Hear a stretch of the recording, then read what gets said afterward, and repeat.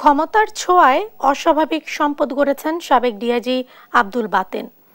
দুর্নীতিতে পিছিয়ে নেই নোয়াখালী ১ আসনের সাবেক সংসদ সদস্য এইচ.এম. ইব্রাহিম ও যশোর ৬ আসনের সাবেক সংসদ সদস্য শাহীন চাকলাদার।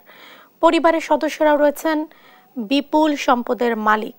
তাদের বিরুদ্ধে আনা অভিযোগের প্রাথমিক সত্যতা পাওয়ায় এবার প্রকাশ্যে অনুসন্ধানের সিদ্ধান্ত নেয় দুর্নীতি দমন কমিশন দুদক।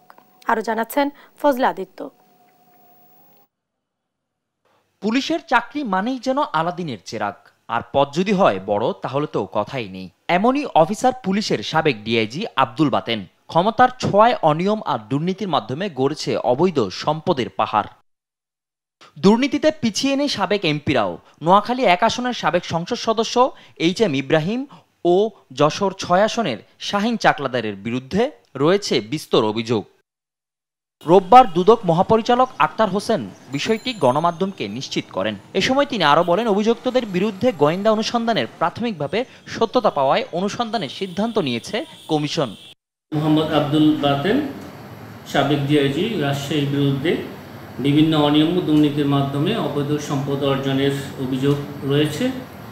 এ বিষয়েও গোয়েন্দা ইউনিট কর্তৃক তথ্যানুসন্ধান করা হয়েছে এবং তথ্যানুসন্ধানকালে অভিযোগের প্রাথমিক সত্যতা পাওয়ায় দুর্নীতি দমন কমিশন কর্তৃক প্রকাশ্য অনুসন্ধানের সিদ্ধান্ত গৃহীত হয়েছে। সমাজে লুকিয়ে থাকা এ ধরনের রাঘব বোয়ালের বিরুদ্ধে অভিযান অব্যাহত থাকবে বলে হুঁশিয়ারি দেন আক্তার হোসেন। অভিযোগ সংশ্লিষ্ট ব্যক্তি হচ্ছেন জনাব এইচ.এম. ইব্রাহিম, সাবেক সংসদ সদস্য নোয়াখালী ১। তার বিরুদ্ধে অনিয়ম ও দুর্নীতির মাধ্যমে অবৈধ সম্পদ অর্জনের অভিযোগ রয়েছে।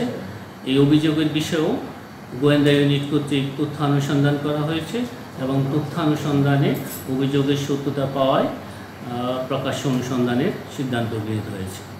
ফজলে আদিত্য, দেশ টিভি, ঢাকা।